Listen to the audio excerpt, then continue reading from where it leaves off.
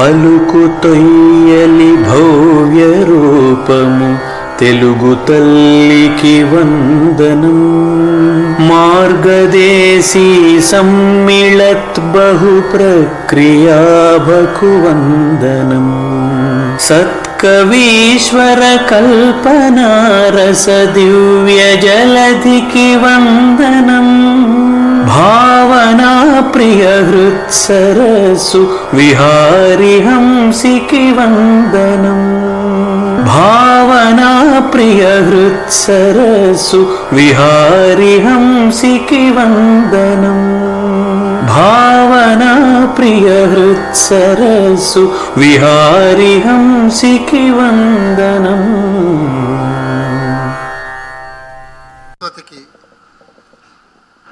సాధువాదాలు తెలియచేస్తూ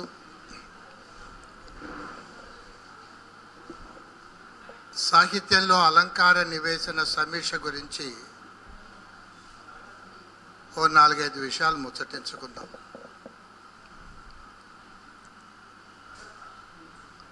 అలంకారాలు అనేటువంటివి మనకు తెలియకుండా మన రక్తంలో జీర్ణించుకొని ఉంటాయి. అలంకారాలతో మాట్లాడటం కష్టమవుతుందేమో కానీ అలంకారాలు లేకుండా మాట్లాడటం మాత్రం అంత తేలిక కాదు. మనకు తెలియకుండా మన మాటల్లో అలంకారాలు దొర్లుతూనే ఉంటాయి. అలంకారం లేకుండా మాట్లాడగలగటం అనేటువంటిది తేలిక కాదు అనే దాంట్లో కూడా ఒక అలంకారం ఉంటుంది, అది అతిశయోక్తి అవుతుంది. కాబట్టి వాగ్వ్యవహారంలో అది పండితులైనా పామరులైనా సాలంకారమైన సంభాషణే ఉంటుంది. అయితే అక్కడ ఉన్నటువంటి అలంకారాన్ని మనం గుర్తించగలగడమే కొంచెం కష్టమవుతూ ఉంటుంది.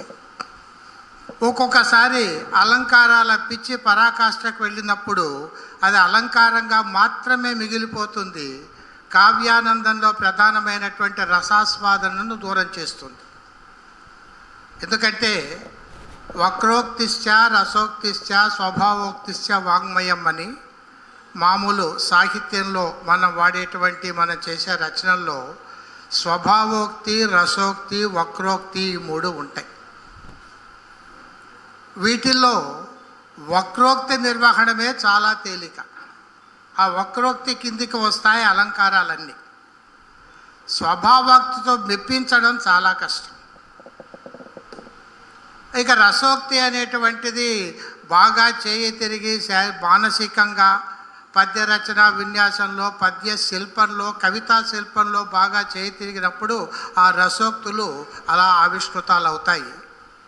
కాబట్టి మామూలుగా మాట్లాడడం అనేటువంటి స్వభావోక్తి కష్టమే, ఆనందానికి దగ్గర చేయగలిగినటువంటి రసోక్తి కష్టమే, మనం హాయిగా అలవోగ్గా మాట్లాడుకోగలిగిన వక్రోక్తులు మాత్రమే. ఆ వక్రోక్తి అంటేనే ఉక్తి వైచిత్ర్యము, అదే అలంకారం. ఇప్పుడు తిమ్మన పద్యం తీసుకున్నామనుకోండి, ఒకటి పారిజాతాభరణంలో సత్యభామ చెలికత్తెని అంటుంది, ఏమేమి కలహాసనుండచటికై ఏతించి ఇట్లాడేనా, ఆ మాటలు చెవియెగ్గి తా వినేనా ఆ గోపికా వల్లభుండు, ఏమేమాడెను రుక్మిణీ సతియు నీవింకేటికి దాచదే నీ మోమాటమమాని నీరజముఖి నిక్కంబిరింగింపవే. ఇది స్వభావోక్తి, దీంట్లో ఏ అలంకారము వాడలేదు. కానీ ఆ రచన విన్యాసము, రచనా శిల్పం ఆ పద్యాన్ని నిలుపుతోంది. అందువల్ల స్వభావోక్తితో పద్యాన్ని నిలపగలగడం చాలా కష్టము, వక్రోక్తులతో నిలపగలగడం చాలా తేలిక. మనం ఇప్పుడు ప్రారంభం నుంచి ఈ అలంకారాలను ఎలా వాడే అలవాటు ఉండేది, ఆ తర్వాత దాన్ని ఎలా వాడితే బాగుంటుంది అని ఆనందవర్ధనుడు చెప్పాడు. ఆ 2 అంశాలు చూద్దాం. మొట్టమొదటి పద్యం ఇందాక విన్నాం, రాజకులైక భూషణుడు రాజ మనోహరుడు అన్య రాజ తేజో జయశాలి శౌర్యుడు విశుద్ధ యశశరదిందు చంద్రికా రాజిత సర్వలోకుడు అపరాజిత భూరి భుజ కృపాణ ధారాజల శాంత శాస్త్రవ పరాగుడు రాజమహేంద్రుడు ఉన్నతిన్. తొలి తెలుగు పద్యము ఒక్క తెలుగు పదం కూడా లేకుండా అంటే సంస్కృతాన్ని కూడా మనది చేసుకోవడంలో ఆ మొట్టమొదటి పద్యంలోనే నన్నయ్య చూపించినటువంటి చొరవ, ఆదరం, సంస్కృతానికి ఇచ్చినటువంటి గౌరవం ఈనాటికి కూడా మన యొక్క రక్తంలో అలా జీర్ణించుకొని సాగుతూనే ఉంది. ఆ పద్యంలోనే ఒక ఉపమాలంకారము, ఒక రూపకాలంకారము వాడేశాడు. రాజమనోహరుడు, లుప్తోపమ కూడా. ఉపమలో ఒక భేదం, లుప్తోపమ అని ఉంటుంది. రాజ ఇవ రాజా ఇవ మనోహర, రాజు వలె మనోహరుడు, వాచక లుప్త. అదొకటి ఉపమాలంకారము. అపరాజిత భూరి భుజ కృపాణ ధారాజల శాంత శాత్రవ పరాగుడు, ధారాజలము చేత రూపకాలంకారం. అందువల్ల ఒక ఉపమా, ఒక రూపకము ఆ మొదటి తెలుగు పద్యంలోనే కనిపిస్తాయి. ఈ రూపకాలంకారానికి ఒక ప్రత్యేకమైన ప్రతిపత్తి ఉంటుంది. ఆనందవర్ధనుడు చెప్తూ కూడా రూపకాదేర్ అలంకార వర్గస్య రూపకాది అలంకార అని రూపకాన్నే ప్రస్తావిస్తాడు, మొదటి స్థానంలో నిలుపుతాడు. మనకు రూపకము, ఉపమ, ఉత్ప్రేక్ష, అతిశయోక్తి కొట్టొచ్చినట్టు కనిపించేటువంటి అలంకారాలు. మిగతా అలంకారాలన్నీ కూడా చాలా ఉన్నా కూడా దాంట్లో నిబిడీకృతాలై ఉంటాయి. మనకు కొంత ఆలంకారికమైన అవగాహన ఉంటే కానీ అక్కడ అలంకారం ఉంది అనేటువంటి గుర్తించడానికి వీలు లేకుండా ఉంటాయి. ఇప్పుడు ఇక్కడ ఉన్నటువంటి ఈ రూపకము నన్నయ్యతో ప్రారంభించి అదేదో ఆ పద్యకావ్యాలకు, ప్రబంధాలకు పరిమితమైందేమో అనుకోక్కర్లేదు. ఇక్కడికి వస్తే నేను సైతం ప్రపంచాబ్జపు తెల్లరేకై పల్లవిస్తాను, నేను సైతం విశ్వవీణకు తంత్రినై మూర్ఛనలు పోతాను అని శ్రీశ్రీ వాడినటువంటి మహాప్రస్థానంలో అదే రూపకాలంకారం. విశ్వవీణ, ప్రపంచాబ్జపు, ప్రపంచ అబ్జపు అనేటువంటి దానిలో సమాసగతమైన రూపకము. తెల్లరేకై పల్లవిస్తాను అన్నప్పుడు వ్యస్తంగా ఉన్నటువంటి రూపకము. అందువల్ల అక్కడ శ్రీశ్రీకి ఏంటి మార్క్సిజం ప్రధానంగా ఉన్నటువంటి శ్రీశ్రీ గారికి కూడా రూపకాలంకారం అవసరమే అయింది. ఆకాశపు డెరాడిలో కాళ్ళు తెగిన ఒంటెలాగా ఉంది జాబిల్లి, ఇది శ్రీశ్రీ గారిది. ఇది వ్యస్త రూపకం. అక్కడ ఒంటెకు కాళ్ళైనా తెగిపోవచ్చు కానీ మనకు మాత్రం అలంకారం కుదరాలి, అది ముఖ్యం. ఎందువల్ల అంటే ఒంటెకు కాళ్ళు ఉంటే ఈ పోలిక కుదరట్లేదు. కాళ్ళు తెగిన ఒంటెలాగుంది జాబిల్లి అనేటువంటి ఉపమాలంకారాన్ని తీసుకొని ఆ జాబిల్లికి కాళ్ళు తెగిన ఒంటెకు పోలికను తీసుకొచ్చి చెప్పారు శ్రీశ్రీ గారు. నా అక్షరాలు కన్నీటి జడులలో తడిసే దయాపారావతాలు, నా అక్షరాలు ప్రజాశక్తులు వహించే విజయ ఐరావతాలు, నా అక్షరాలు వెన్నెలలో ఆడుకునే అందమైన ఆడపిల్లలు. ఇది దేవరకొండ బాలగంగాధర తిలక్ది. ఇక్కడ కూడా రూపకాలంకారమే, వ్యస్తమైనటువంటి రూపకాలంకారం. ఈ రీతిగా అక్కడ రాజకులేక భూషణుడితో ప్రారంభించినటువంటి రూపకాలంకారం ఇప్పటికీ అలా సాగుతూనే ఉంటుంది. అది లేకుండా దాదాపు రాయటం అనేటువంటిది మనకు కూడా చాలా కష్టమే. దీన్నంతా గమనించి అంటే మనం గమనించి అని, ఆనందవర్ధనుడు కాదు. ఇదంతా కూడా ఆనందవర్ధనుడి తర్వాత దాదాపు 2-3 శతాబ్దాల తర్వాత ఆంధ్ర సాహిత్యం ప్రారంభమైంది, కనీసం 2 శతాబ్దాలు. సంస్కృతంలో వచ్చినటువంటి అలంకార శాస్త్రంలోని మహాగ్రంథాలన్నీ కూడా తెలుగు సాహిత్యం పుట్టకముందే అప్పుడు ప్రసిద్ధమైపోయినటువంటివి. మన అదృష్టం బాగుందో లేకపోతే దురదృష్టమో కానీ తెలుగు సాహిత్యం ప్రారంభమైన తర్వాత గొప్ప గొప్ప అలంకార గ్రంథాలు చాలా తక్కువే వచ్చాయి. ఒక తెలుగువాడు రాసినటువంటి ప్రతాపరుద్రీయము, సింగభూపాలుడి యొక్క రసార్ణవ సుధాకరము, ఇక తెలుగువాడు కాకపోయి విశ్వనాథుడి యొక్క సాహిత్య దర్పణము, మన తెలుగువాడు వారణాసి ధర్మసూరి రాసినటువంటి సాహిత్య రత్నాకరము, ఇలాంటి అలంకార శాస్త్ర గ్రంథాలు తక్కువ వచ్చాయి. కానీ బాగా ప్రసిద్ధమైనటువంటివి నాట్యశాస్త్రం కానీ, భామహాలంకారం కానీ, కావ్యాదర్శం కానీ, ఇక ఆనందవర్ధనుడి యొక్క ధ్వన్యాలోకం కానీ, ఇవన్నీ కూడా ఆంధ్ర సాహిత్యం ఆవిర్భవించడానికి ముందే ఉన్నటువంటివి. అంటే మనం చాలా జాగ్రత్తగా గమనించి ఉంటే మనకు అవసరమైనటువంటి బాట అప్పటికే ఏర్పడిపోయింది అది ఆంధ్ర సాహిత్యానికి. ఆ ఆనందవర్ధనుడు అలంకారాల వినివేశనం ఎలా ఉండాలి అనేటువంటి దానికి ఒక ప్రణాళిక ఇస్తాడు, ఒక 6 అంశాలను సూచిస్తూ. ప్రధానంగా శైలి ఎలా ఉండాలి, ఎలా ఉంటే బాగుంటుంది అని కావ్య ప్రబంధగతంగా ఆలోచనలు చేసినటువంటి మొట్టమొదటి అలంకారికుడు ధ్వన్యాలోకం రాసినటువంటి ఆనందవర్ధనుడే. అలంకార శాస్త్రాల్లో అంతకు ముందు కానీ ఆ తర్వాత కానీ ముక్తకాలుగా ఉదాహరణలు ఇచ్చుకుంటూ పోవడం తప్ప, ఒక లక్షణం చెప్పడము, ఒక ముక్తకమైన ఉదాహరణ ఇవ్వడమే తప్ప ఒక ప్రబంధాన్ని మొత్తం ఎలా పరిశీలించాలి అనేది చెప్పినటువంటి మొట్టమొదటివాడు చివరివాడు కూడా ఆనందవర్ధనుడే ధ్వన్యాలోకంలో. ఆయన అలంకారాల గురించి మాట్లాడుతూ ప్రధానంగా ధ్వన్యాత్మభూతే శృంగారే యమకాది నిబంధనం శక్తావపి ప్రమాదిత్వం విప్రలంభే విశేషత. శబ్దాలంకారాల జోలికి వెళ్ళొద్దు. శృంగార రసంలో ధ్వన్యాత్మభూతే శృంగారే, ధ్వనికి ఆత్మగా ఉండేటువంటి శృంగార రసంలో యమకాద్య అలంకారాల జోలికి వెళ్ళవచ్చు. నాకు పాండిత్యం చాలా ఉంది నీకు అనిపించినా శక్తావపి ప్రమాదిత్వం, అయినా కూడా అది ప్రమాదకరమే, జారుబాట్లో ఎమరపాట్లో ఉంటాయి. ఎందువల్లంటే రసస్ఫురణ కావాలి. ప్రధానంగా రసస్ఫురణకు ఆ శబ్దాలంకారాలు అడ్డుకునే ప్రతిబంధకాలు అవుతాయి. కాబట్టి అటువంటి ఆలోచనలోకి వెళ్ళకండి అని చాలా సున్నితంగా గట్టిగా సూచన చేస్తాడు. ఎలాగంటే ఒక్క అక్షరం కటువుగా పడినప్పటికీ కూడా ఆ రసం భంగపాటుకు గురవుతుంది. ప్రతి గాలి సడుల తడబడకు పదధ్వనులని భ్రమపడకు, ఒక సినిమా పాట ఉంటుంది. రానిక నీ కోసం సఖీ రాధిక వసంత మాసం, చక్కని ఎత్తుగడ. ప్రతి గాలి సడుల తడబడకు పదధ్వనులని భ్రమపడకు.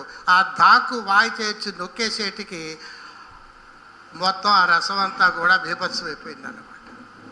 అందువల్ల అలాంటిది మెప్పించడం అక్కడక్కడ కుదిరితే కుదరచ్చు, కానీ మామూలు స్థాయిలో మాత్రం అలా శబ్దాలంకారాల జోలికి వెళ్ళవద్దు అని ఒక సూచన చేస్తాడు.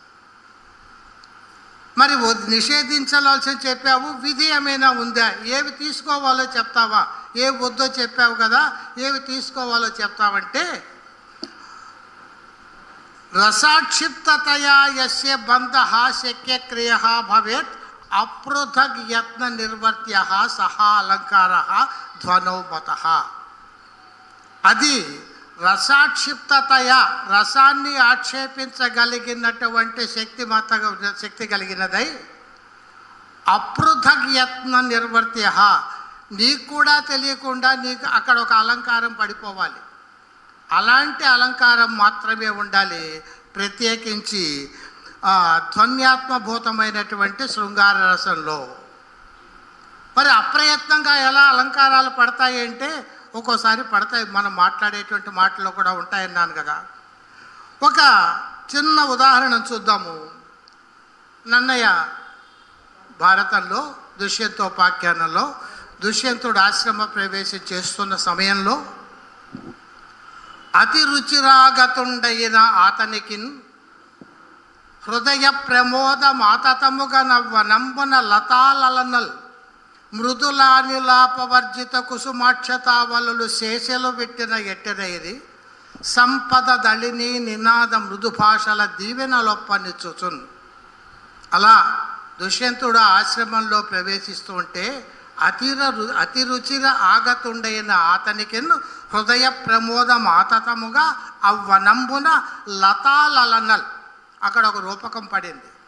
లతలు అనేటువంటి స్త్రీలు, తోటలో ఉండేటువంటి లతలు అనేటువంటి స్త్రీలు.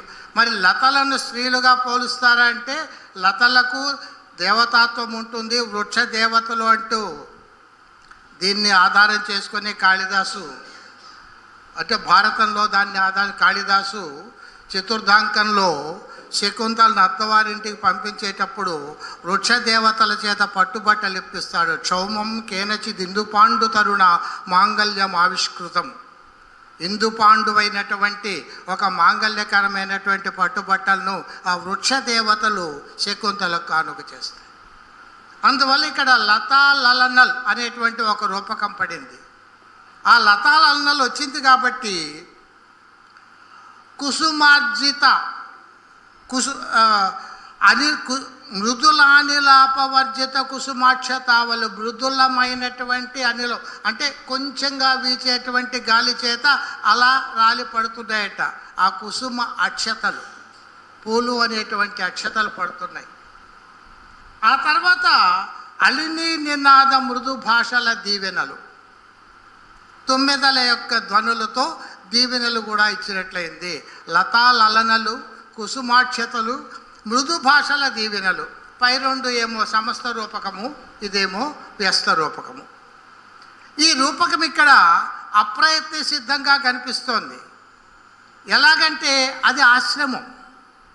ఆశ్రమంలో కుసుమాక్షతలు, దీవెనలు ఇవన్నీ బాగా అలవాటైపోయినటువంటి పదబంధాలు, ప్రయోగాలు.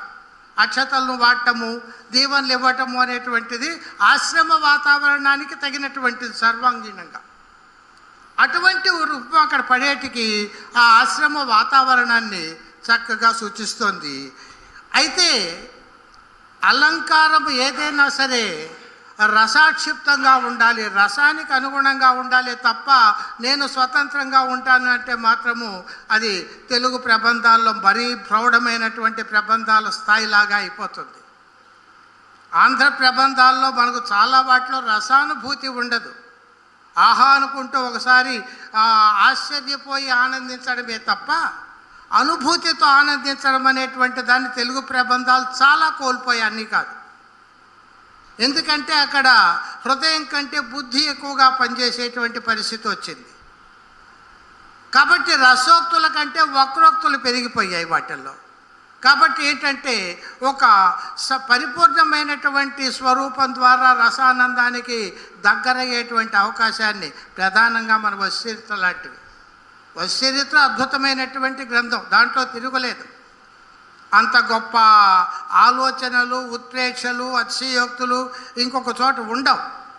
కానీ అది ఆ భావన బలాన్ని చూసి ఆశ్చర్యపోవడానికో, ఆ పదప్రయోగ వైశారథ్యాన్ని చూసి అబ్బురపడ్డానికో ఉపయోగపడుతుంది తప్ప రసాస్వాదనకు అంతగా సహకరించదు. కారణం ఏమిటంటే రసోక్తుల బదులు వక్రోక్తులు పెరిగాయి కాబట్టి. అందువల్ల ఇక్కడ ఏంటంటే అక్కడ రెండు సమస్త రూపకాలు, ఒక వ్యస్త రూపకం ఉన్నప్పటికీ అది ఆశ్రమ వాతావరణానికి తగినటువంటిది కావడంతో అక్కడ ఏదో శుభం జరగబోతోంది అనేటువంటి భావి సూచనగా కూడా అక్కడ అర్ధశక్తి మూలమైనటువంటి ధ్వని కనిపిస్తుంది. ఇది ఏ శబ్దం వల్ల వచ్చింది కాబట్టి రాలేదు కాబట్టి శబ్దానికి సంబంధం లేదు. అర్ధశక్తి మూలధ్వని అక్కడ జరగబోయేటువంటి భావి సూచనగా ఇది ధ్వని రూపంగా ఉండి రసానికి ఉపయోగపడుతుంది. ఇక్కడ ఇటువంటిది అప్రయత్నంగా సిద్ధించేటువంటి మరొక ఉదాహరణ చూద్దాము. శ్రీనాథుడు అధిక తరులైన గాని దిశాధిపతులు కౌతుకము మాకు మీ వంశ కథలయందే దప్పిగొన్నట్టి వారిక దప్పి తీరా సలిల పూరంబు హితవో ఆ జంబు హితవో అని అది దమయంతి అంటుంది. ఇక్కడ ఏంటి? అధిక తరులైన గాని దిశాధిపతులు. ఇక్కడ శ్రీనాథుడు రెండు అర్థాల కోసం వేయాలి అని వేయలేదు, అది తరపు ప్రత్యయం వేసుకున్నాడు.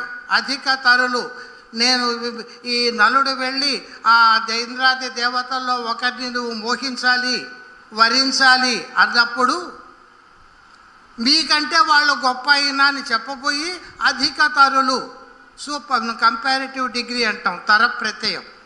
నీకంటే వాళ్ళు గొప్పవాళ్ళు అయినప్పటికీ నీ దిశాధిపతులు మీ వంశ కథల ఏందే నాకు మీ వంశాన్ని గురించే గొప్పతనం. ఎందుకంటే ఆ హంస చెప్పినప్పటి నుంచి కూడా నలుడిని మనసులో పెట్టుకొని ఆలోచిస్తోంది కాబట్టి ఆ వంశం గొప్పతనాన్ని గురించి అనుకోకుండా అక్కడ వంశం మీద కూడా రెండు అర్థాలు వచ్చేసాయి.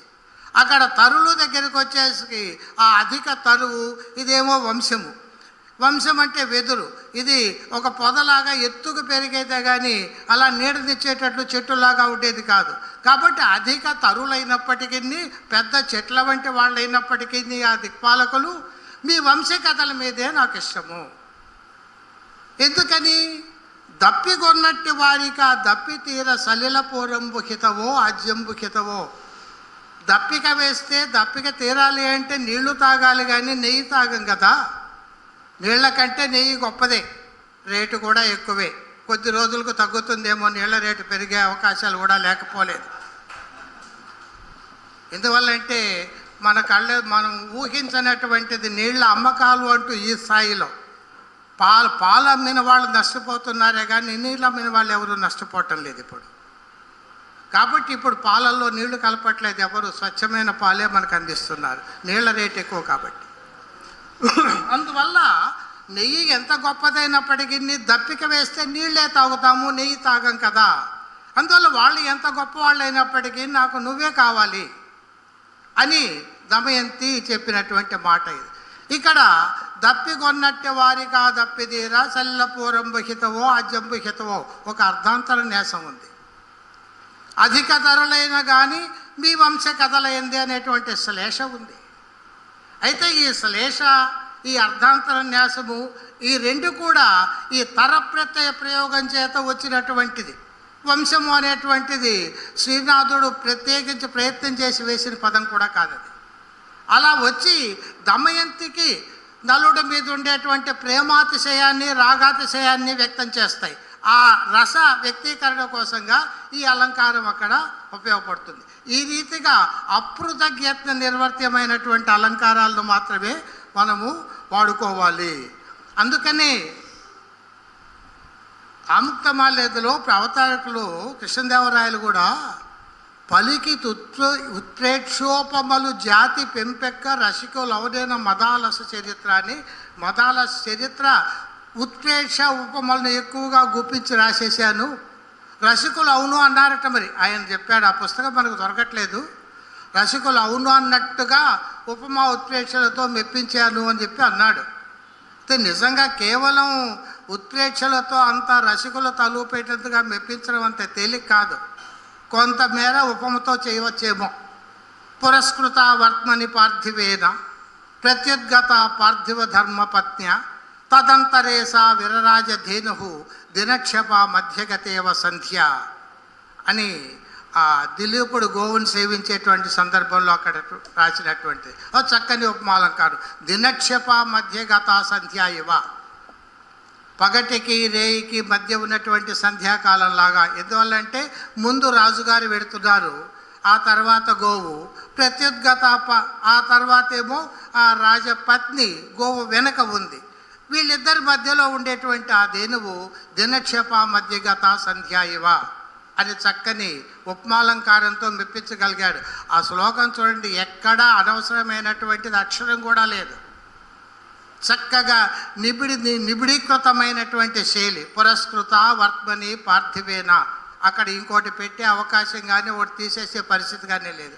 ప్రత్యుద్గత పార్థివ ధర్మపత్న్య తదంతరే సా విరరాజ దినక్షప మధ్యగత ఇవ సంధ్య. ఇలా ఉపమాలంకారాలతో మెప్పించవచ్చు, కానీ కేవలం ఉత్ప్రేక్షలతో రసికుల తలలు ఊపించాను అనడం అనేటువంటిది కొంత అతిశయోక్తి అయినా కావచ్చేమో. లేదా ఆ ప్రారంభ దశలో కృష్ణదేవరాయలకు కూడా అలా రాయటమే గొప్ప అని అనిపించవచ్చు. మనకు కూడా ఒక్కోసారి అలాగే అనిపిస్తుంటుంది ఇప్పటికి కూడా అలా. అందువల్ల ఏంటంటే ఆ రీతిగా అప్రయత్న నిర్వర్త్యమై నీ ప్రయత్నం లేకుండా అలంకారం పడినట్టు ఉండాలి అని ఒక సూచన చేసి, అయినా ఒక 6 అంశాలు చెప్తాను, జాగ్రత్త పడండి, ఇవి మనసులో పెట్టుకొని రాయండి ఏవైనా రాసేటప్పుడు. ఏంటంటే వివక్ష తత్పరత్వేన నాంగిత్వేన కదాచన కాలేచ గ్రహణ త్యాగౌ నాతి నిర్వహణైషిత నిర్వ్యూఢావపి చాంగత్వే యజ్ఞేన ప్రత్యవేక్షణం రూపకాదేహే అలంకార వర్గస్య అంగంగా మిగిలిపోవాలి అంటే అంగిగా నేను విజృంభిస్తాను అంటే ఆనందోట్లను కూడా ఇవి చేయలేడు, ఇష్టం అంటారు. అది అంగంగా ఉండాలి అంటే ఈ 6 అంశాలు దృష్టిలో గుర్తుపెట్టుకోండి. ఏమిటి అంటే తత్పరత్వేన, తత్శబ్దము రసవాచ్యం. తత్పరంగా ఉండాలి, రసపరంగా ఉండాలి. నువ్వు ఎంత అలంకారం చెప్పినా నీ వివక్ష, ఆ అలంకార ప్రయోగంలో నీ యొక్క దృష్టి రసపరంగానే ఉండాలి. రసపోషణకు అనుగుణంగా ఉండేటట్టుగా మాత్రమే అలంకారాలను తీర్చుకోవాలి. అది మొట్టమొదటి దెయ్యం, వివక్ష తత్పరత్వేన అని చెప్పి దానికి ఆనందవర్ధన్ ఇచ్చినటువంటి ఉదాహరణ అభిజ్ఞాన శాకుంతలంలో నుంచి తీసుకొస్తాడు. చలాపాంగాం దృష్టిం స్పృశసి బహుశో వ్యపథుమతీం రహస్యాఖ్యాయేవ స్మరసి మృదు కర్ణాంతికచరః కరౌ వ్యాధున్వత్యాః పిబసి రతి సర్వస్వమధరం వయం తత్వాన్వేషాన్ మధుకర హతాః త్వం ఖలు కృతి. ఆ దుష్యంతుడు చెట్టు చాటు నుండి ఉండి శకుంతల అనసూయ ప్రేమవదల యొక్క చేష్టలు, మాటలను చేష్టలను గమనిస్తూ ఉన్నాడు.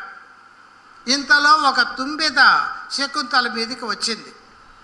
వచ్చి ఆ ముఖం చుట్టూ తిరుగుతుంటే ఆ అమ్మాయి విదిలించుకునే ప్రయత్నం చేస్తోంది.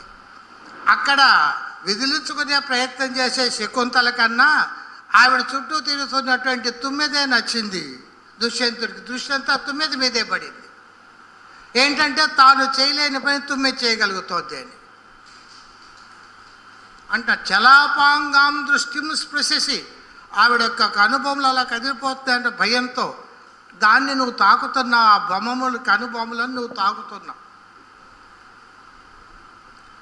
మృదు కర్ణాంతిక చరహ రహస్యాఖ్యాయీవ స్వనసి, మృదు కర్ణాంతిక చరహ చెవుల దగ్గర చేరి మృదు స్వనసి చాలా మృదువుగా చెప్పడం చేస్తుంది. రహస్యాఖ్యాయీవ ఏదో రహస్యాలు చెప్తున్నట్లుగా చప్పుడు చేస్తుందట అని. కరౌవి ఆధున్వత్యాహ పిబసి రతి సర్వస్వమధరం. కరౌవి ఆధున్వత్య, ఆవిడ చేతులతో ఇట్లా ఇట్లా నెట్టేసుకుంటున్నప్పటికీ పెదవి మీద వాలింది అది. రతి సర్వస్వం అధరం పిబసి, రతి సర్వస్వమైన ఆధారాన్ని నువ్వు ఆవిడ చేయి అడ్డు పెడుతున్నప్పటికీ నువ్వు చుంబనం చేయగలుగుతున్నావు. వయం తత్వాన్వేష హతాహ, తత్వచర్చ చేసుకుంటూ నేను పాడైపోయాను. త్వం ఖలు కృతి, నువ్వు అదృష్టవంతుడివి, ధన్యుడి అయ్యావు. ఏమిటంటే ఇది చేసిన తత్వాన్వేషణ. ఈవిడ క్షత్ర పరిగ్రహ క్షమయా కాదా అని, క్షత్రియ కాంత కాదా అనేటువంటి తాత్విక చర్చ ఏర్పడింది. కణ్వుడి కూతురు అంటున్నారు, కణ్వుడేమో శాశ్వతే బ్రహ్మణి స్థిత అంటున్నారు. ఆయన కూతురు ఎలా అవుతుంది? కాబట్టి నేను క్షత్రియుణ్ణి, ఆవిడని నేను స్వీకరించవచ్చునా లేదా? ఇది మునికన్యేని, మరి ఏలోక ఈ లలితాంగి ఎందు నా హృదయము తద్దయుందగలే, ఈ పలికింతయు నమ్మనేరనయ్యదా అని తత్వాన్వేషణ చేసుకుంటున్నాడు. అందువల్ల తత్వాన్వేషాత్వయం హతాహ, తత్వాన్వేషణతో మేము పాడైపోయి, అక్కడ కూడా రాచరికం లోపించలేదు, మేము పాడైపోయాం. పాడైపోవడంలో కూడా ఆ గౌరవంగానే పాడైపోతాడు రాజు. సో బహువచనం వేశాడు, వయం హతాహ, మేం పాడైపోయాము, త్వం కృతి, ఆఫ్టర్ ఆల్ నువ్వేమో ధన్యుడు అయ్యావు. కాబట్టి రసపట్టులో తర్కం కూడదు అని చెప్పి మాయాబజార్లో పింగళి నాగేంద్రరావు గారు చెప్పింది అందుకే. ఇక్కడ ఈ తాత్విక చర్చతో పాడైపోయాను నేను, నువ్వు అదృష్టవంతుడివి అని. ఇది శ్లోకము. దీంట్లో భ్రమర స్వభావోక్తి అలంకారం ఉంది. ఇంతకుముందు చెప్పాను, స్వభావోక్తి రచన చేయడం అంత తేలికేం కాదు. భ్రమర స్వభావోక్తి ఉంది. రహస్యాఖ్యాయీ ఇవ, రహస్యం చెప్తున్నావు అన్నట్లు ఉత్ప్రేక్షాలంకారం ఉంది. కాబట్టి ఆ స్వభావోక్తి అయినా ఈ ఉత్ప్రేక్ష అయినా ఈ రెండు కలిసి ఏమయ్యాయి? వయం తత్వాన్వేషాన్ హతాహ త్వం కృతి, దీంట్లోకి అంగభావాన్ని పొందిపోయాయి. నేనేమో దురదృష్టవంతుని పాడైపోయాను, నువ్వు అదృష్టవంతుడివి ఆస్వాదిస్తున్నావు అని. కాబట్టి ఇక్కడ రసపరంగా ఉండి ఆ అర్ధాంతర న్యాస స్వభావోక్తి కానీ ఉత్ప్రేక్ష కానీ రసోద్దీపనకే హేతువులు అవుతున్నాయి. ఈ రీతిగా ఎప్పుడు కూడా వివక్ష తత్పరత్వేన. చూడండి శ్రీశ్రీ గారు, ఇది నా పాపం కాదని ఎగిలి వచ్చే విస్తరాకు ఎంగిలాకు, ఇది నా పాపం కాదని ఎగిరి వచ్చే ఎంగిలాకు. దీంట్లో వక్రోక్తి ఉంది. సాదృశ్యాత్ లక్షణ వక్రోక్తి అంటాడు వామనుడు. అంటే చేతన లక్షణాలను అచేతనాలకు ఆరోపించడాన్ని వక్రోక్తి అన్నాడు. అది వామనుడు చెప్పినటువంటి లక్షణంతో వక్రోక్తి. ఇతరులు వక్రోక్తికి ఆ లక్షణంగా నిర్వచనం ఇవ్వలేదు. తర్వాత సంబంధాతిశయోక్తి అలంకారం ఉంది. పాప ఎగిలా ఏదో గాలికి అది ఎగిరి వచ్చి పడింది, కానీ ఇది నా పాపం కాదని ఎగిరి వచ్చింది ఆ ఎంగిలాకు కాదు. అక్కడ సంబంధాతిశయోక్తి, సంబంధం లేకపోయినా ఉన్నట్టు కల్పించి సంబంధాతిశయోక్తి. ఈ రెండూ కలిసి అక్కడ ఉండేటువంటి సన్నివేశంలోని కరుణ రసానికి దోహదం చేస్తుంది ఈ అలంకారం. కాబట్టి తత్పరత్వేన రసపరంగానే. ఇంకా ఇంకొక ఉదాహరణ చెప్తాను చూడండి. రూపక అలంకారము రసపరం ఎలా అవుతుందో. తనువ హరిచందనమే, పలుక అది మకరందమే, కుసుమాలు తాకగనే నలిగేనుగాదా ఈ మేను. తనువ హరిచందనమే రూపకాలంకారం. అది తనువు కాదు, హరిచందనం. ఇంకా మాట్లాడితే అపన్నుతిని, తనువులో తనువు కాదు అనే తనుత్వాన్ని కాదని హరిచందనత్వాన్ని ఆరోపిస్తున్నాడు అంటే అపన్నవాలంకారం అని కూడా చెప్పుకోవచ్చు. పలుక కాదు, అది మకరందమే. కుసుమాలు తాకగనే నలిగేనుగాదా ఈ మేను. అక్కడ ఈ పదము వివక్షితాన్యపరవాచ్యధ్వర్యై అక్కడ ఉండేటువంటి సౌందర్యాతిశయాన్ని, ఆ సౌందర్యాతిశయం ద్వారా ఇతనికి అక్కడ కలిగినటువంటి ప్రణయాతిశయాన్ని కూడా ధ్వనింపచేస్తుంది. వివక్షితాన్యపరవాచ్యమే. అందువల్ల దానితో పాటుగా కుసుమాలు తాకగనే నలిగేను కాదా ఈ మేను అనడం ద్వారా అధికాలంకారం ధ్వనిస్తుంది. కుసుమాలే మృదువైనవి. ఆ కుసుమాలు తాగితే ఈ మేను నలిగిపోతుందంటే కుసుమాల కంటే మృదు తరమైనది అని. ఆ అధికాలంకారం వాచ్యంగా లేదు, ధ్వని. అందువల్ల వాచ్యంగా ఉండేటువంటి రూపకము, అపన్నవము, వ్యంగ్యంగా ఉండేటువంటి అధికాలంకారము ఇవన్నీ కలిసి ఆ నాయకుడికి, ఆ నాయకు మీద ఉండేటువంటి అనురాగాతిశయాన్ని వ్యక్తం చేయడానికే సహకరిస్తాయి. ఈ రీతిగా ఏ అలంకారం వాడినా సరే అది రసపరంగానే ఉండాలి అని మొట్టమొదటి నియమం. వివక్ష తత్పరత్వేన. 2 నాంగిత్వేన కదాచన. ఎప్పుడూ కూడా అలంకారాన్ని ప్రధానంగా తీసుకెళ్ళకూడదు. అలంకారం ప్రధానమైతే ఏమవుతుందో తెలుసు కదా. మన కావ్య భేదాలు చెప్పేటప్పుడు అర్ధచిత్రం, శబ్దచిత్రం, అధమం స్మృతం అన్నారు. అర్ధాలంకార ప్రధానమైన, శబ్దాలంకార ప్రధానమైన అది అధమ కావ్యం కింద లెక్క. ఒక్కొక్క చోట ఏంటంటే వ్యంగ్యము అప్రధానమైన కొంచెం ఆనందాన్ని కలిగిస్తుంటే దాన్ని కూడా మధ్యమ కావ్యం అందాము అన్నాడు జగన్నాథుడు. ఉత్తమోత్తమ, ఉత్తమ, మధ్యమ, అధమ 4 భేదాలు చూపిస్తూ. కాబట్టి ఏమవుతుందంటే అంగిగా అలంకారం ప్రధానమైనటువంటి పాత్రను అలంకారం వహిస్తే అది రసాన్ని దెబ్బతీస్తుంది. అమెరికాలో డాలర్లు పండును, ఇండియాలో సంతాన పండును. ఇది బాలగంగాధర్ తిలక్ గారిది న్యూ సిలబస్ అనేటువంటి కవితలో. ఇదేంటిది? ప్రతి వస్తువుపమాలంకారం. వాక్యయో రేఖ సామాన్యే ప్రతి వస్తువుపమామత అంటారు. అయితే ఇక్కడ ముక్తకం దాకా అక్కడికి ఆగిపోతుంది.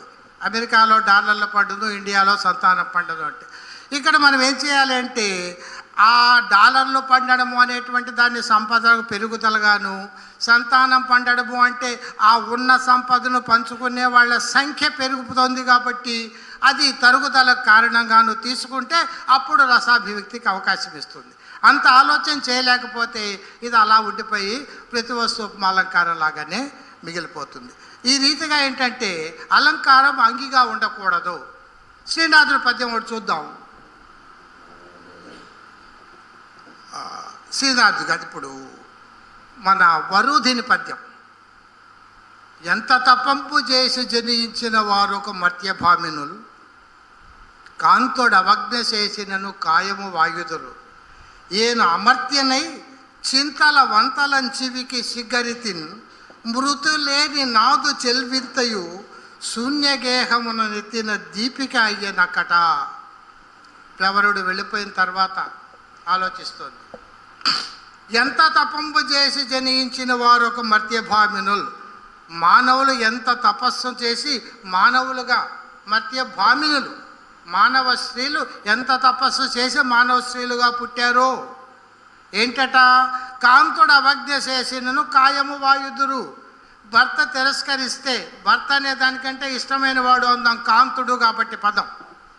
తిరస్కరిస్తే కాయము వాయుదురు, శరీరాన్ని వదిలిపెట్టేస్తారు, ఆత్మాహుతి చేసుకుంటారు.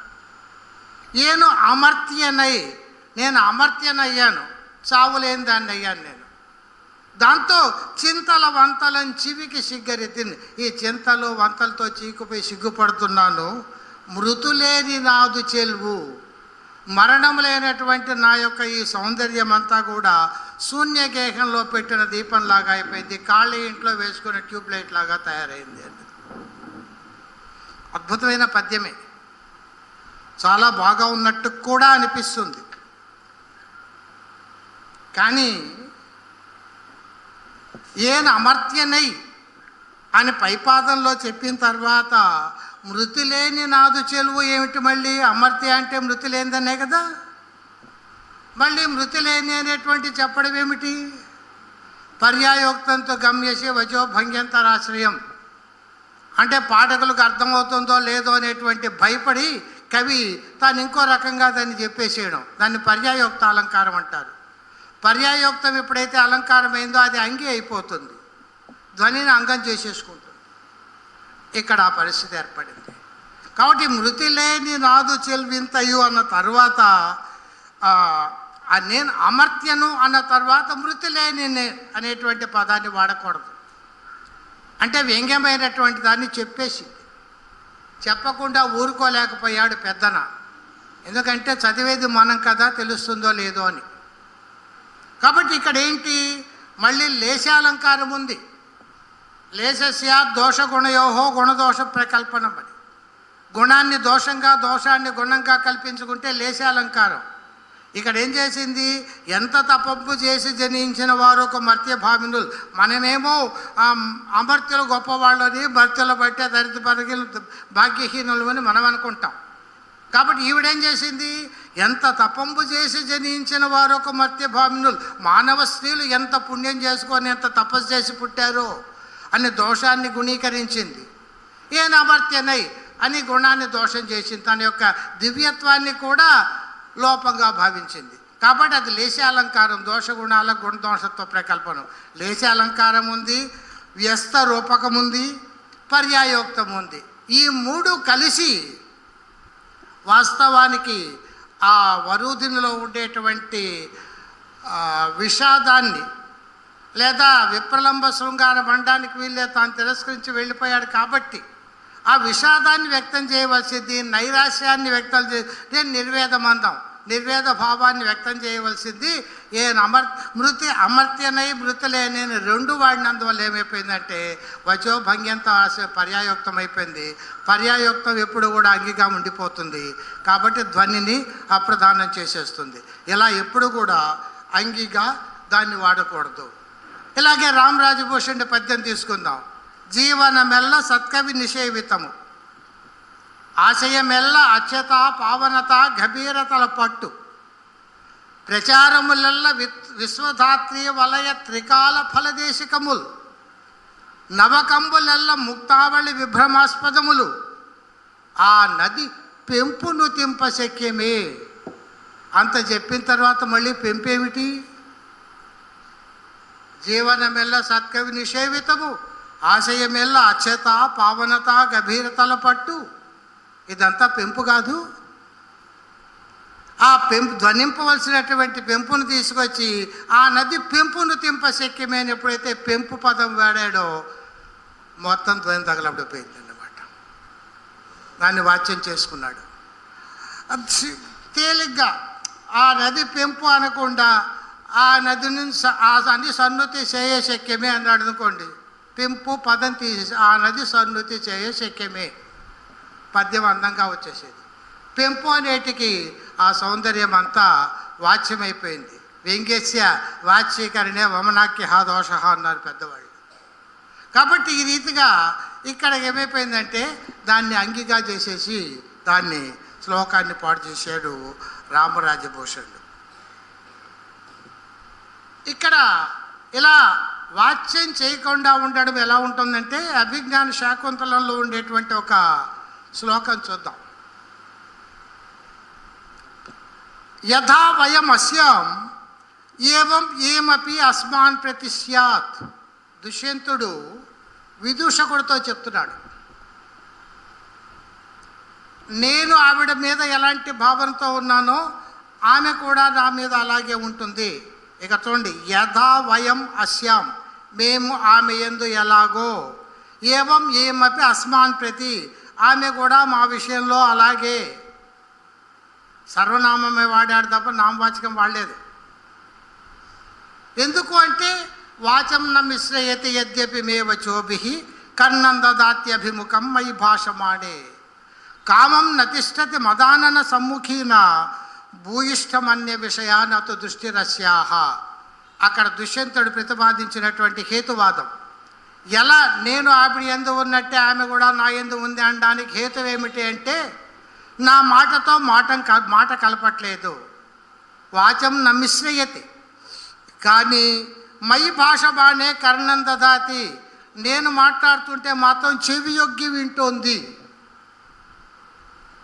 అలాగే కామం నతిష్టతి మదానన సమ్ముఖీన, నా కంటికి ఎదురుగా ఆవిడ నిలబట్టలేదు, కానీ అస్యాహ దృష్టి భూయిష్టం అన్య విషయాన, ఆమె మరిదేన్నే చూడటం లేదు. కాబట్టి నేను ఆవిడ విషయంలో ఎలాగో ఆమె నా విషయంలో కూడా అలాగే.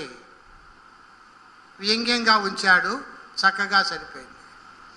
దీన్నే డాక్టర్ శ్రీనారాయణ రెడ్డి గారు వాచ్యం చేసేసుకున్నారు ఒక పాటలో. నిన్ను నేను చూచే వేళ నన్ను నీవు చూడవేళ, నేను పైకి చూడగానే నీవు నన్ను చూతువేళ, తెలిసిపోయే నీలో ఏదో వలపు తొంగి చూచెను. కాళిదాసు నేనెలాగో నువ్వు అలాగే అన్నాడు. ఇక్కడ ఏం చేశాడు, తెలిసిపోయే నీలో ఏదో వలపు తొంగి చూచెను. మొత్తం కాస్త పాడైపోయింది, పర్యాయయుక్తమైపోయింది. అంత జాగ్రత్తగా ఉండాలి అలంకారాలను వినియోగించుకోవడంలో రసం దగ్గర అని. ఎందుకు అక్కడ కాళిదాసు ఎందుకు మహాకవి అనబడ్డాడంటే అందుకు.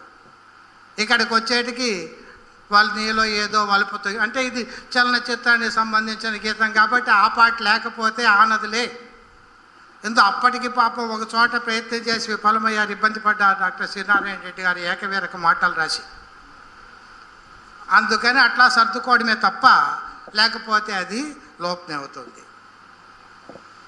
ఇక్కడ నిన్ననే చక్రవర్తి గారి పుస్తకం ఆవిష్కరించారు. దానిలోని ఒక హైకు పరస్పర పర్యాయోక్తమైంది. పంకం రవిని అల్లుడిని చేసుకుంది కూతుర్ని ఇచ్చి. అల్లుడిని చేసుకోవాలి అంటే కూతుర్ని ఇస్తేనే కదా.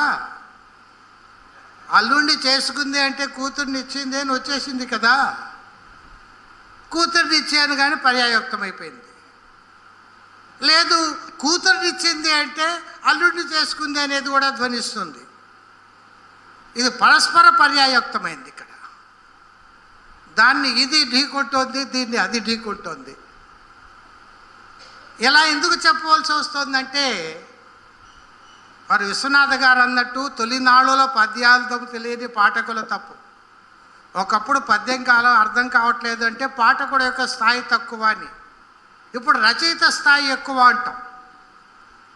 అర్థమయ్యేటట్టు రాయట్లేదు. ఎవరికి అర్థమయ్యేటట్టు రాయాలో నాకు అర్థం కావట్లేదు. సమాన స్థాయి వాడి కోసమా, కొంచెం తక్కువ స్థాయి వాడికవా? తక్కువ అంటే ఇక దానికి హద్దులు ఎక్కడా ఉండవు కదా. అలా ఆ విప్రోత్తం వజ్రపంజర నిబంపైన నిశ్చలంపైన సద్భావం లాగా అలా నీళ్లకు పలచరైపోవడమే కదా. అందువల్ల పాఠకుడికి అర్థం కాలేదు అంటే పాఠకుడు ఎదగాలి అనేది పోయి రచయిత దిగజారాలి అనేటువంటి ఆధునికమైనటువంటి వాతావరణంలో ఇలాంటివి అవసరమే అవుతాయేమో. ఎందుకు పంకం రవిని అల్లుడిని చేసుకుంది అంటే పంకం ఏంటి, అల్లుడిని రవిని చేసుకుంది ఏంటిది కవిత్వం అని చెప్పి అంటారేమో అని కూతుర్నిచ్చి అన్నాడు. అప్పటికీ కూడా అనుమానమే, పంకజమ్మ అనేది స్ఫురించాలి. పంకజం అనేది స్ఫురిస్తే తప్ప మళ్ళీ కూతుర్నివ్వడం అనేది కుదరదు. పంకానికి కూతురు ఏమిటి అంటాడు ఇప్పుడు ఇది విని. అందువల్ల ఏంటంటే కొన్ని సందర్భాల్లో పాఠకుడి యొక్క స్థాయిని బట్టి రచయిత కొంచెం సరళీకరించుకోవాల్సి వస్తుంది. కేవలం ధ్వనితోనే ఉంచేస్తాను అంటే అందుకే జగన్నాథుడు 4 రకాలు అన్నాడు. అందరూ ఉత్తమ కావ్యం, మధ్యమ కావ్యం, అధమం అంటే ఉత్తమోత్తమం, ఉత్తమం, మధ్యం, అధమం, అధమాధమం కూడా ఉంటుంది కానీ నేను చెప్పట్లేదు అన్నాడు. కేవలం శబ్దాల మీదనే ఆధారపడి రాసేస్తే అది అధమాధమము, అసలు దాంట్లో కావ్యత్వమే లేదప్పుడు ఇక దాని కావ్య విభాగాల్లో ఎట్లా చేరుస్తాము అన్నాడు. కాబట్టి ఇది అక్కడక్కడ ఇలాంటిది అవసరమవుతూ ఉంటుంది. ఇలా ఎన్ని చేసినప్పటికీ తత్పరత్వేన వివక్ష, రసానుగుణంగానే ఉండాలి, రసానికి ఇది అగ్గమైపోయి ఉండాలి. రెండవది చెప్పేశాడు. మూడవది ఏంటంటే కాలేచ గ్రహణం కాలేచ త్యాగ, 3, 4 అవసరమైనప్పుడు అలంకారాన్ని స్వీకరించాలి, అవసరం లేనప్పుడు వదిలిపెట్టాలి. ఇవి 2 అంశాలు. సకాలంలో స్వీకరించడం ఎక్కడంటే తిక్కన విరాట పర్వంలో నర్తనశాలను వర్ణిస్తాడు వచనంలో.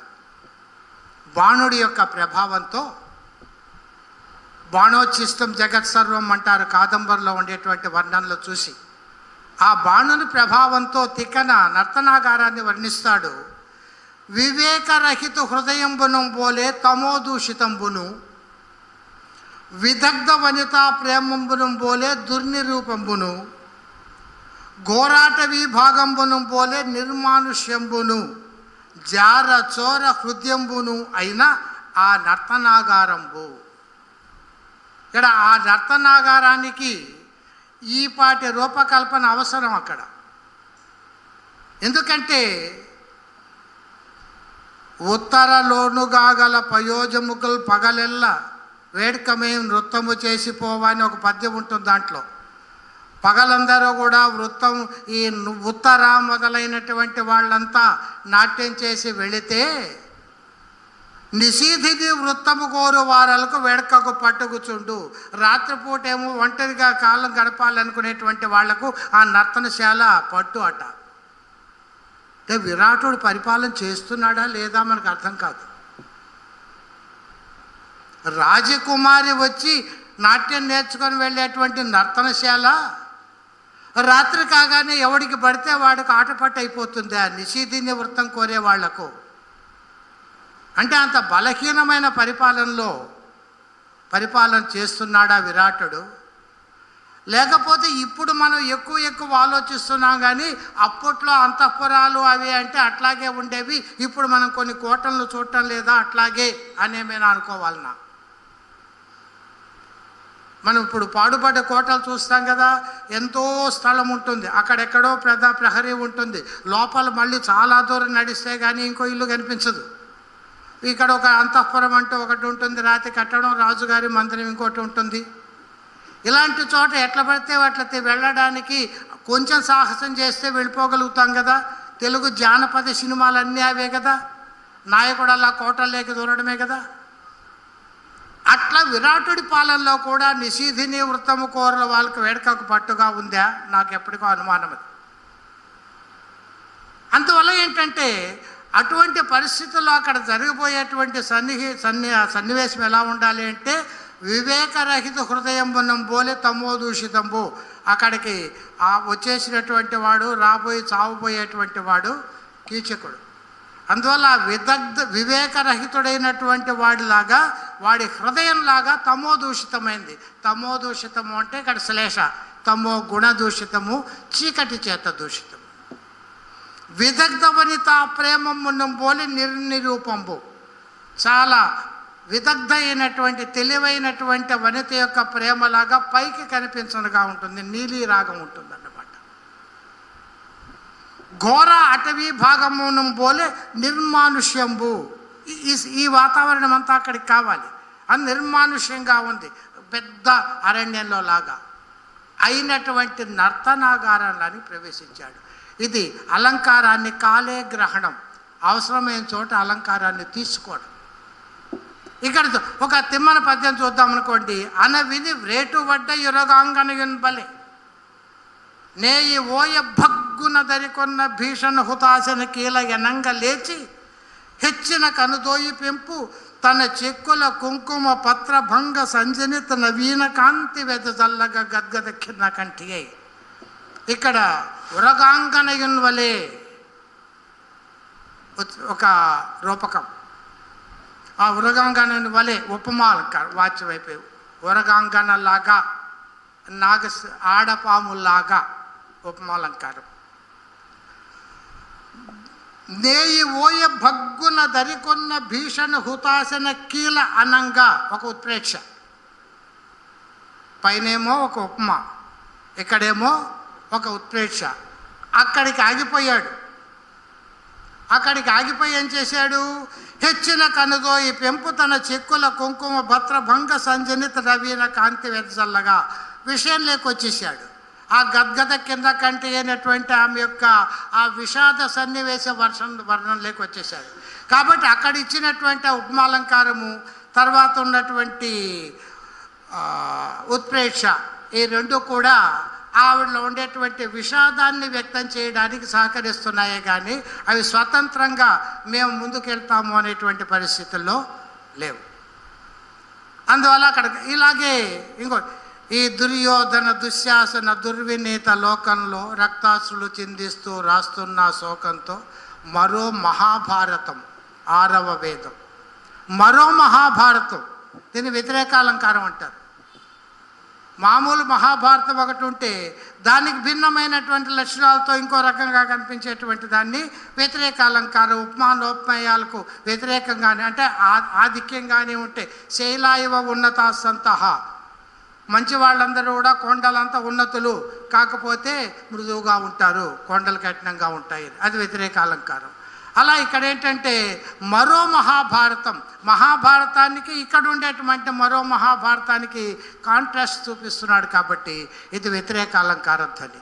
ఈ వ్యతిరేకంలో చివరికి ఆమెలో ఉండేటువంటి విషాదాన్ని వ్యక్తం చేయడానికే ఉపయోగపడుతుంది. మానభంగ పర్వంలో మాతృహృదయ నిర్వేదం. ఈ రీతిగా కాలేచ గ్రహణం, అవసరమైనప్పుడు అలంకారాన్ని తీసుకోవాలి, అది రసాన్ని ధ్వనింపజేస్తుంది. అవసరం లేకపోతే వదిలేయాలి అలంకారాన్ని. అలంకారం మీదే పట్టు ఉండి చివరి దాకా సాగదీస్తాను అనకూడదు. ఒక చక్కని ఎగ్జాంపుల్ ఉదాహరణ వస్తుంది. రక్తస్త్వం నవపల్లవై అహమపి శ్లాఘ్యై ప్రియాయా గుణై. ఎవడో ఒకడు అశోక వృక్షంతో మాట్లాడుతున్నాడు. రక్తస్త్వం నవపల్లవై అహమపి శ్లాఘ్యై ప్రియాయా గుణై త్వాం ఆయాంతి శిలీముఖా స్మరధరుర్ముక్తాస్తధామామపి కాంతాపాద తలాహతిస్తవ ముదే తద్వన్మమాపి ఆవయో సర్వం తుల్యం అశోక కేవల మహంధాత్ర సశోక కృత. అశోక వృక్షంతో మన ఇద్దరికి మొత్తం సమానమే. ఏంటట? నువ్వు రక్త నవపల్లవై, నువ్వు నవపల్లముల చేత రక్తుడవు, రక్తవర్ణంతో ఉన్నావు. అహం ప్రియాయా గుణై రక్త, నేను ప్రియురాని గుణంతో అనురక్తుడై ఉన్నాను. రక్తత్వం ఇద్దరికి సమానం. కాంతాపాద తలాహతి స్తవముదే, పద్మిని జాతి స్త్రీ యొక్క కాలుతో ఆ చెట్టును కొడితే పరమానందం అంటే అశోక వృక్షానికి వృక్ష దోహదాల్లో అశోక వృక్షానికి దోహదం ఏమిటి అంటే పద్మిని జాతి స్త్రీ కాలుతో కొట్టాడనమాట. కాలుతో తన్నితే అది చిగురిస్తుంది. అందువల్ల నీకు కాంతాపాద తలాహతి నీకు ఆనందాన్ని కలిగిస్తుంది, నాకు అంతే. ఆవిడ కాలుతో కొట్టినా పర్వాలేదు. త్వాం ఆయాంతి శిలీముఖాహ, నీ దగ్గరికి తుమ్మెదలు వస్తున్నాయి, నా దగ్గరికి కూడా శిలీముఖాలు బాణాలు వస్తున్నాయి. స్మరధనుర్ముక్తాహ, మన్మధుడి యొక్క ధనుస్సు నుంచి విడువబడ్డ బాణాలు వస్తున్నాయి. కాబట్టి మన ఇద్దరికీ అంతా సమానమే. కాకపోతే నువ్వు అశోకుడివి, నేను సశోకుడిని. అంటే 3 పాదాల్లో సమానత్వం చెప్పి 4వ పాదం దగ్గరికి వచ్చేటికి ఆ సమానత్వాన్ని వదిలిపెట్టేసి మన ఇద్దరికి వ్యతిరేకమే అని వ్యతిరేక అలంకారాన్ని తీసుకొచ్చాడు. అక్కడ కూడా తీసుకొచ్చేసి నువ్వు అశోకుడివి, నేను అప్పుడప్పుడు అశోకుడిని అని రాశాడుకో, అలంకారం పిచ్చి ఎక్కువయ్యి శ్లోకం చెడుతుంది. మనం ఇప్పుడు చదువుకునేవాళ్ళం కాదు ఆ శ్లోకం. ఇప్పుడు ఎందుకు చెప్పుకున్నామంటే 4వ పాదంలో సర్వం తుల్యం అశోక అహం దాత్ర సశోక కృత. నిన్నేమో అశోకుణ్ణి చేశాడు ఆ బ్రహ్మ, నన్ను సశోకుణ్ణి చేశాడు, లేకపోతే అంతా సమానమే. ఇది కాలేచ త్యాగ. అవసరం లేని చోట అలంకారాన్ని అంటే అలంకారాన్ని వదిలిపెట్టేస్తేనే సౌందర్యం అనిపిస్తే వదిలిపెట్టాలి, అలంకారాన్ని స్వీకరిస్తేనే సౌందర్యం అంటే స్వీకరించాలి. అది ఇంకా చూడండి, అతన్ని నుతింపశక్యమే జయంతుని తమ్ముడు సోయగంబునన్ పదక కులాధిపధ్వని ప్రాణసఖుండు కృపారసంబునన్ క్షితిధర కన్యకాధిపతికి ప్రతిజోదు సమిజ్జయంబునందు అతనికి అతండే సాటి చతురబ్ది పరీత మహీతలంబునన్. మూడింటిలో 3 రకాల పోలికలు చెప్పాడు. జయంతుని తమ్ముడు సోయగంబునన్, పదక కులాధిపధ్వని ప్రాణసఖుండు కృపారసంబునన్, క్షితిధర కన్యకాధిపతికి ప్రతిజోదు సమిజ్జయంబునందు. అంటే ఉల్లేఖాలంకారం వేశాడు. 3 పాదాల్లో ఉల్లేఖాలంకారం వేశాడు, విషయ భేదాన్ని బట్టి 3 రకాలుగాను.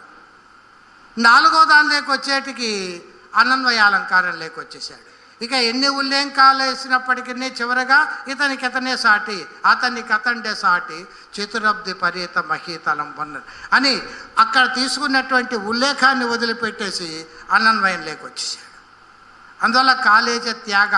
అవసరమైతే ఆ అలంకారాన్ని ప్రారంభించిన అలంకారాన్ని వదిలిపెట్టేసేయాలి. ఏనును బ్రహ్మచారి, ఆ మాయావటం అంటున్నాడు. ఏనుని బ్రహ్మచారి తన లేక్షణ నీవు కన్యవు, ఇతరము సమానమే. నేను బ్రహ్మచారిని, నువ్వు కన్యవు, సమాలంకారం. ఎంతకాలానకు నీకు పెండ్లియ ఫలంబొగనేని విచారమేలా సన్మానముతోడ నన్ను మునిమాన్యు వివాహము కమ్ములెమ్ము. నీకు పెండ్లే కావాలంటే మన ఇద్దరం పెళ్లి చేసుకుందాం, ఎందుకంటే నేను బ్రహ్మచారిని, నువ్వు కన్యవు, కాబట్టి సమం కాబట్టి మనం పెళ్లి చేసుకోవచ్చు. అక్కడ దాకా సమాలంకారం తీసుకొచ్చాడు. ఆవిడ ఏమీ తలూపినట్టు లేదు. నీతో నాకెందుకు గొడవ, కాదేని పెండ్లి అక్కర్లేదన్నావా, తపంబులోని సగం ఇచ్చేదాన్ని, నా తపస్సులో సగం ఇచ్చేస్తాను, తపోభిమానమును మాను అన్నాడు. అంటే అక్కడ దాకా తీసుకొచ్చిన సమాలంకారాన్ని అక్కడికి ఆపేసి విషయం లేకొచ్చేసాడు. చివరి దాకా సమాలంకారమే వేసుకుంటూ పోయాడు అనుకోండి, సమాధానం చెప్పిన దగ్గర ఆవిడ దగ్గర ఎన్ని సమాలు అయితే ప్రయోజనం ఏముంది? సమాలు సామాలు 2 పనికిరావు. అందువల్ల అక్కడ అలంకారంతో ప్రారంభించి మధ్యలోనే దాన్ని వదిలిపెట్టేసి వెనక్కి వచ్చేసాడు. తోటలో నా రాజు తొంగి చూచినున్నాడు, నీటిలో ఆ రాజు నీడ నవ్వెను నేడు. నవ్వుల అవి కావు నవపారిజాతాలు, రవ్వంత సడిలేని రసరమ్య గీతాలు. ఆ రాజు ఈరోజు అరుదింతున అపరంజి కళలన్నీ ఫలించున.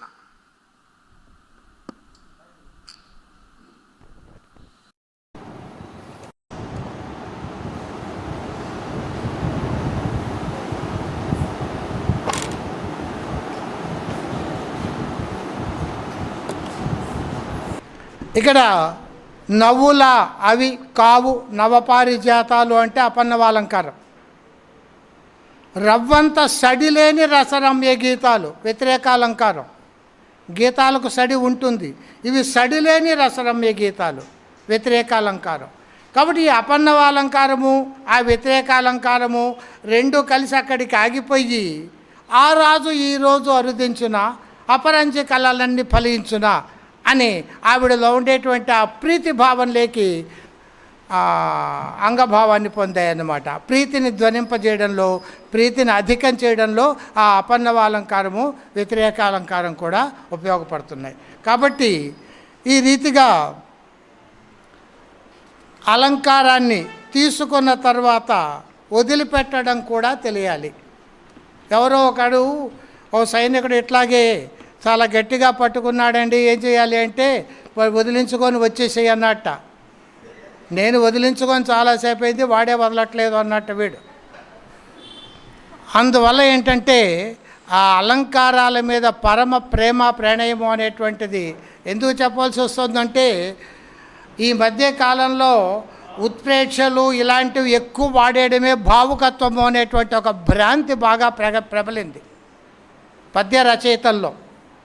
చాలామంది ఉత్ప్రేక్షనే గొప్ప కవిత్వం అనుకుంటున్నారు. ఉత్ప్రేక్ష అనేటువంటిది మధ్యమ అథవా అధమ స్థాయి, కానీ రసావిర్భావానికి సహకరించేది మాత్రమే ఉత్తమ కవిత్వం. దాంట్లో ఏ అలంకారము లేకపోయినటువంటి స్వభావోక్తిని అంతంగా తీసుకొని వచ్చేసినా కూడా రసావిష్కారం జరుగుతుందన్నమాట. అందువల్ల కాలేచ గ్రహణం, కాలేచ త్యాగం 4 అయిపోయినాయి. తర్వాత 5వది ఏంటంటే నాతి నిర్వహణైషత. మరీ అలంకారాన్ని అలా సాగించుకుంటూ పోవాలి అనేటువంటి ప్రయత్నం చేయకూడదు. అది ఒక బాణుడికి మాత్రమే కుదిరింది కాదంబరిలో. అతనికి ఉండేటువంటి అపారమైనటువంటి మేధ పద సంపదల కారణంగా ఎంతగా లాగించినా సరే మనకు విసుగు అనేది పుట్టకుండా ఒకే వర్ణన 10 సార్లు చేసినా ఎక్కడికక్కడ నూతనత్వంగా ఆ ప్రాస్తావికమైనటువంటి ఆ సందర్భానికి అనుగుణమైనటువంటి రీతిలో మాత్రమే భావకల్పన చేసుకుంటూ ఓ చంద్రోదయాన్ని వర్ణించాలంటే శృంగారంలో శృంగారంగా కనిపింపజేస్తాడు, కరుణలో కరుణగా కనిపింపజేస్తాడు. ఆ శక్తి ఒక్క బాణుడికి మాత్రమే కుదిరింది. కానీ అందరూ అలాంటి ప్రయత్నాలు చేస్తే సఫలం కావడం కష్టం. అందువల్ల ఏంటంటే ఆ నాతి నిర్వహణ, అలంకారాలను ఎక్కువగా పోషించేసేయాలి అనేటువంటి భ్రాంతి నుంచి బయటికి రావలసినటువంటి అవసరం ఉంది ఆధునిక కవులు. ఇక చూడండి, చని వెడ వికసిల్లెడు ఆనన పద్మముతోడ అనిల నందన్నకు ఇట్లనియ చతురోక్తి రీతి ఆతని గూఢ క్రోధవన్ని దరికొల్పంగన్. తిక్కని పద్యం. ద్రౌపది చని వెడ వికసిల్లెడు ఆనన పద్మముతోడ. కీచకుడికి చెప్పవలసినన్నింటినీ చెప్పేసింది, ఏర్పాట్లు చేసేసిన తర్వాత ఇక వెళుతూ అనుకుంటోంది. వికసిల్లెడు ఆనన పద్మం, ప్రణాళిక కుదిరింది కదా. భీముడు నిర్ణయించుకున్నాడు, కీచకుడు కూడా నర్తనాగారానికి రమ్మంది, వాడు అలాగే అన్నాడు. ప్రణాళిక కుదిరింది కాబట్టి వికసిల్లెడు ఆనన పద్మముతోడ అనిల నందనకు ఇట్లనే చతురోక్తి రీతి. చతుర్లా అంటే ఆ ఒక్కసారి ఆ హృదయంలో ఉండేటువంటి ఆవేదన పక్కకు పోగానే చతుర్లాడడానికి కూడా మనసు పుట్టిందనమాట. అంత నైర్మల్యాన్ని పొందింది హృదయం. దాంతో అతన్ని గూఢ క్రోధవన్ని దరికొల్పంగన్, చిన్న రూపకం వేశాడు. గూఢమైనటువంటి క్రోధ అగ్నిని ఉసిగొల్పుతూ క్రోధవన్ని రూపకం అంతే. అక్కడ ఇంకేమీ లేదు, మామూలుగా ఉండేటువంటి పద్యం. అందువల్ల నాతి నిర్వహణ ఇషత, ఎక్కువగా వాడాలి అనేటువంటి దృష్టి లేకుండా. ఇక్కడ చూడండి, అలాగే ఆహా అందము చిందే హృదయ కమలం అందుకొనే రాజొకడే. ఎప్పుడైనా వినున్నారా? హృదయ కమలం, ఆహా అందము చిందే హృదయ కమలం అందుకొనే రాజొకడే, 1000 తారకులు విరిసినా వెలిగేది చంద్రుడు ఒకడే. హృదయ కమలం ఒక చిన్న రూపకం వేసి వదిలిపెట్టేశాడు. అక్కడి నుంచి సావయవరు అంటే, ఎందుకంటే రూపకం ఇలా ఉంటే సహజంగా మనకు సావయవ రూపకాల మీద మోజు ఉంటుంది ఎక్కువగా. సావయవ రూపకము అంటే ఈ ఉపమానాంగములకన్నీ ఉపమేయాంగములకు అన్నింటికీ ఉపమానాంగాలను తీసుకొని వచ్చి పోల్చి చూపించడం, అది ఇందాక చెప్పినట్టు అప్పుడప్పుడు మాత్రమే రాణిస్తుంది సావయవ రూపకం. చాలా సందర్భాల్లో విఫలమవుతుంది. విఫలమే కాదు, విసిగెత్తిస్తుంది.